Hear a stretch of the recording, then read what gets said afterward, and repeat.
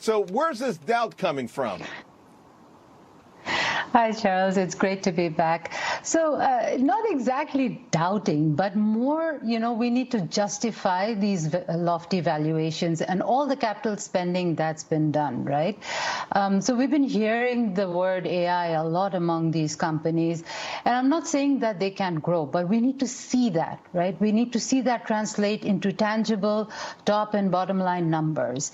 And what we've been seeing so far is, earnings being pulled forward in the price. And so we need to see that actually translate into tangible benefits for these companies. And that's probably something we may hear about this time around, because last time that was what investors were focusing on.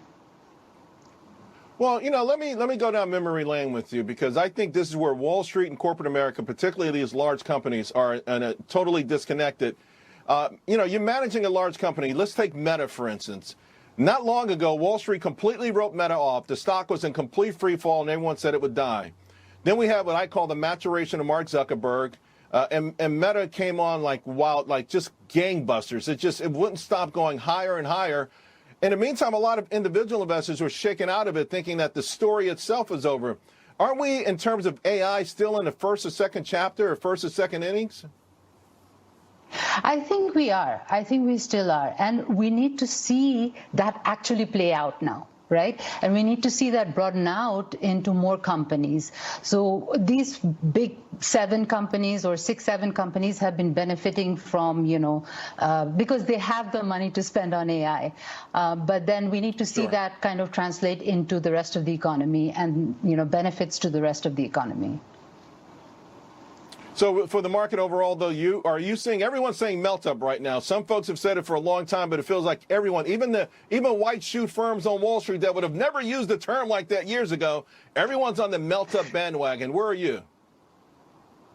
Well, kind of, I agree with them. I think the market will continue to rally into the end of the year. I mean, October was supposed to be a difficult month. I was wrong about that. We're actually seeing one of the best Octobers I hear in the last 90 years, my partner tells me. So I think we can rally, particularly because we will see the relief after the election. But also we've, got the Fed cutting cycle and multiple expansions, earnings doing well, not to mention estimates are lower, but still, these beats are going to help. And then finally, the relative strength of the U.S. economy. Things are not as bad as they seem. Let's talk about some stocks you like here on the global refresh theme. Micron, Southern Copper, and let's the TD Synnex. This is the only name I'm not familiar with. I bet the audience isn't either. Tell us about that.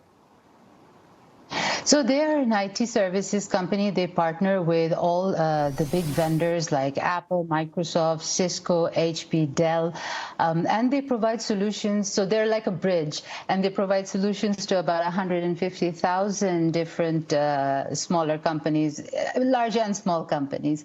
So they've been doing quite well, but profitability has been a little bit of an issue. But we think the management is very focused now on turning things around. And because of this global refresh cycle, we think that they could start to do well again. I love that you're so focused on fundamentals. That's one of the reasons you're my favorite guest. There's some names you put out there say, listen, earnings season, sometimes stocks get hit. You don't always want to sell when that happens. In fact, I know you own Advanced Micro. That would be a name you'd buy in a dip if their earnings reaction was bad.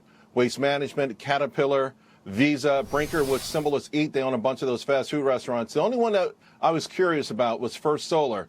First Solar has been a dud for a long time. Periodically it comes to life, but what's the play there, particularly if President Trump, former President Trump, becomes current President Trump?